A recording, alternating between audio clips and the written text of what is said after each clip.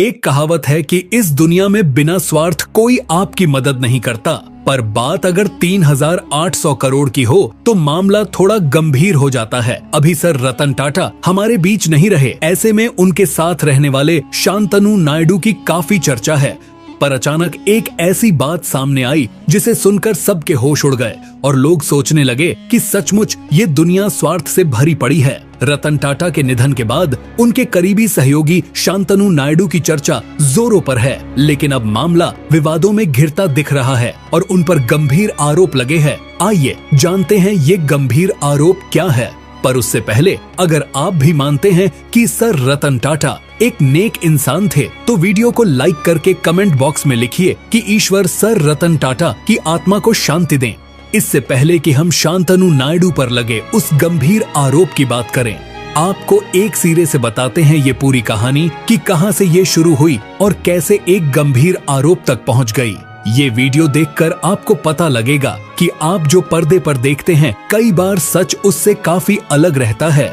रतन टाटा के आसपास हर वक्त एक नौजवान नजर आता था जिसका नाम शांतनु नायडू है। शांतनु का रतन से कोई पारिवारिक संबंध नहीं है, बल्कि वह टाटा ट्रस्ट के डिप्टी जनरल मैनेजर हैं। जानवरों के साथ नायडू की दोस्ती ने उन्हें रतन का दोस्त बना दिया। नायडू ने एक इंटरव्यू में बताया था कि 2014 में वह पुणे के टाटा एलेक्सी में ऑटोमोबाइल डिजाइन इंजीनियर के रूप में काम कर रहे थे। एक दिन ऑफिस से घर लौटते वक्त उन्हें सड़क पर एक मरा हुआ कुत्ता दिखाई दिया। इसे देखकर वह इतना परेशान हुए कि उन्होंने आवारा कुत्तों को कार की चपेट में आने से बचाने के लिए रिफ्लेक्टिव कॉलर बनाया। जब कुत्ते के शरीर में लगाए जाने वाले इस डिवाइस की मांग बढ़ने लगी तो फंड की कमी के कारण लोगों की मांग पूरी करने में उन्हें दिक्कतें आने लगीं। तभी उनके पिता ने उनसे टाटा को एक पत्र लिखने का आग्रह किया। पहले तो वह झिझके, लेकिन आखिरकार उन्होंने रतन टाटा को एक पत्र लिखा।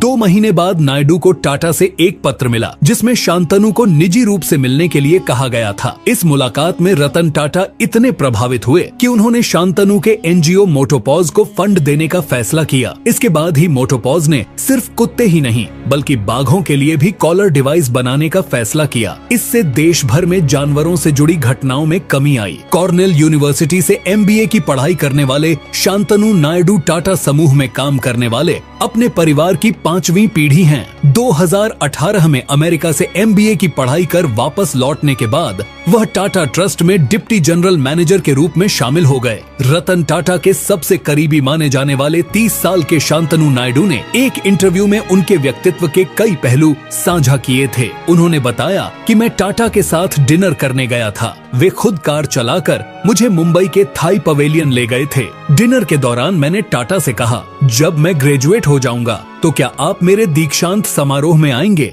इस पर टाटा ने कहा कि मैं पूरी कोशिश करूंगा और वे आए भी। शांतनु ने कहा कि मैं कॉर्नेल यूनिवर्सिटी में MBA करने अमेरिका जा रहा था, तब उनसे पहली बार मिला। उन्होंने मेरी चोट देखकर मजाक में कहा था किसी डॉग ने काट लिया, पर तुरंत ही माफी मांगने लगे और कहा बहुत खराब जोक था। असली रत्न की पहचान सिर्फ उसकी कीमत और चमक से होती है, लेकिन अगर किसी शख्सियत में रत्न छिपा हो तो उसकी पहचान करने के लिए उसके मोल और चमक को नहीं देखा जाता। भारत के महान उद्योगपति रतन टाटा भी ऐसी ही शख्सियत थे जिनका मोल आने वाली पीढ़ियां सदियों तक याद रखेंगी। अपने महान सामाजिक कार्यों और कुत्तों से उनका प्यार किसी से छुपा नहीं है। रतन टाटा की अंतिम यात्रा में उनका कुत्ता भी था। भले ही वो एक जानवर है, पर भावनाएं उस मासूम में भी वही हैं। वो भी अपने मालिक को अंतिम बार देख रहा था। 86 साल की उम्र में अंतिम सांस लेने वाले रतन टाटा का दिल आखिरी समय तक कुत्तों के लिए धड़कता रहा। जिन सड़कों पर घूमने वाले आवारा कुत्तों को लोग हीन भावना की नजर से देखते हैं या इग्नोर करते हैं, उन कुत्तों के लिए रतन टाटा किसी भगवान से कम नहीं थे। यहाँ तक कि उनके ताज होटल के दरवाजे भी कुत्तों के लिए हमेशा खुले रहते थे। 26 जून 2024 को रतन टाटा ने अपने इंस्टाग्राम अकाउंट पर एक कुत्ते की तस्वीर पोस्ट करते हुए मदद की गुहार लगाई थी। उन्होंने 7 महीने के कुत्ते के लिए रक्तदान की मांग करते हुए एक लंबी चौड़ी पोस्ट लिखी थी, जिसके बाद कई लोग अपने कुत्तों को रक्तदान कराने के लिए ले आए थे। इस पोस्ट के बाद मदद के लिए आगे आए कुत्तों और उनके मालिकों के लिए उद्योगपति ने दूसरी तस्वीर पोस्ट कर सभी मालिकों और कुत्तों का शुक्रिया भी अदा किया था। बताते चले कि जानवरों के लिए रतन जी ने मुंबई में टाटा ट्रस्ट्स ने स्मॉल एनिमल हॉस्पिटल भी खोला था।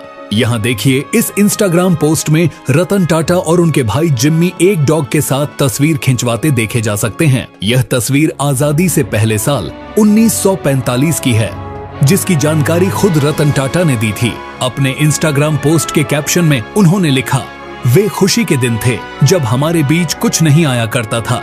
1945 में मैं मेरे भाई जिमी के साथ जुलाई 2023 में रतन टाटा ने इंस्टाग्राम पर डॉग की तस्वीर पोस्ट करते हुए बारिश के सीजन को लेकर लोगों को एक मानवतापूर्ण बात बताई थी। अपने इंस्टाग्राम पोस्ट के कैप्शन में टाटा ने लिखा, बारिश के सीजन में बहुत सारी आवारा बिल्लियां और कुत्ते हमारी कारों के नीचे आश्रय लेते हैं। आश्रय लेने वाले आवारा जानवरों को चोट लगने से बचाने के लिए अपनी कार को चालू करने और गति बढ़ाने से पहले उसके नीचे एक बार जांच जरूर कर लेना चाहिए। यदि हम अपने वाहनों के नीचे उनकी उपस्थिति से अनजान हैं, तो वे गंभीर रूप से घायल हो सकते हैं, विकलांग हो सकते हैं और यहाँ तक कि मारे भी जा सकते हैं। यह दिल खुश करने वाला होगा कि अगर बारिश के मौसम में हम सभी उन्हें एक आश्रय प्रदान कर सकें। 28 सितंबर 2023 को दिवंगत रतन टाटा ने इंस्टाग्राम पर तस्वीर पोस्ट करते हुए उनके ऑफिस के बाहर मिले कुत्ते के बारे में बताया था। उन्होंने लिखा कि मेरे ऑफिस को कल रात मुंबई के सायन अस्पताल में एक खोया हुआ कुत्ता मिला है। अगर आप उसके अभिभावक हैं या आपके पास कोई सुराग है तो कृपया उसका मालिक होने के सबूत के साथ हमसे कांटेक्ट करें। इस बीच वह हमारी देखभाल में है और उसके घावों का इलाज किया जा रहा है। 18 नवंबर 2020 को इंस्टाग्राम पर कुत्तों के साथ पोस्ट की गई एक प्यारी तस्वीर में रतन टाटा को उन्हें प्यार करते देखा जा सकता है। इस तस्वीर को उन्होंने दिवाली के बाद पोस्ट किया था। इंस्टाग्राम पोस्ट के कैप्शन में उन्होंने लिखा कि इस दिवाली विशेष रूप से गोवा मेरे ऑफिस के साथी के साथ कुछ दिल छू लेने वाले पल। आइए अब आपको उस गंभीर आरोप के बारे में बताते हैं। दरअसल कुछ लोग अपने स्वार्थ में इतने अंधे हो जाते हैं कि उन्हें सही और गलत का कोई अंदाजा ही नहीं रहता, जैसा कि इस इन्फ्लुएंसर ने किया। थोड़े से व्यूज और लाइक्स बटोरने के लिए किसी पर इतना गंभीर आरोप लगाना नीचता की सारी सीमाएं पार कर जाता है। और ये सब होता है सिर्फ निजी स्वार्थ की वजह से, ताकि ऐसे इन्फ्लुएंसर खबरों में बने रहे। मशहूर सोशल मीडिया इन्फ्लुएंसर और बिग बॉस के पूर्व प्रतियोगी पुनीत सुपरस्टार ने शांतनु नायडू पर गंभीर आरोप लगाए हैं। उन्होंने शांतनु का एक वीडियो सोशल मीडिया पर शेयर किया, जिसमें शांतनु रतन टाटा के निधन के दिन अपने बाल सेट करते हुए दिखाई दे रहे हैं। इस वीडियो के आधार पर पुनीत सुपरस्टार ने शांतनु की जाँच की मांग की है और सोशल मीडिया पर तहलका मचा दिया है। पुनीत सुपरस्टार, जो अपने विचित्र वीडियोस और कॉमेडी कंटेंट के लिए सोशल मीडिया पर खासे मशहूर हैं, ने इस बार एक अलग ही मुद्दा उठाया है। उन्होंने एक वीडियो पोस्ट किया जिसमें शांतनु नायडू को रतन टाटा के अंतिम समय में उनके पास मौजूद होते हुए देखा जा सकता है। लेकिन वीडियो में शांतनु को अपने बाल सेट करते देख पुनीत ने सवाल उठाए हैं। पुनीत ने वीडियो में कहा, वहाँ रतन टाटा जी की बॉडी रखी हुई है और ये शांतनु नाम का लड़का अपने बाल बना रहा है। इसको अपने बाल घुमाने की पड़ी हुई है, इसको अपनी स्टाइल दिखाने की पड़ी हुई है। वहाँ लोग रो रहे हैं और लोग इसे बहुत करीबी बता रहे हैं रतन टाटा जी का। अब इसकी जांच होनी चाहिए, ये है कौन। दरअसल ये काफी हास्यास्पद बात है कि पुनीत को ये नहीं पता कि शांतनु नायडू कौन है, या उन्हें ये नहीं पता कि शांतनु सर रतन टाटा के कितने करीब थे और अंतिम समय में भी उन्होंने सर रतन टाटा की बहुत सेवा की। हमारी टीम शांतनु को उनके काम के लिए सलाम करती है और उनके जानवरों के प्रति सेवा भाव से प्रेरणा लेती है।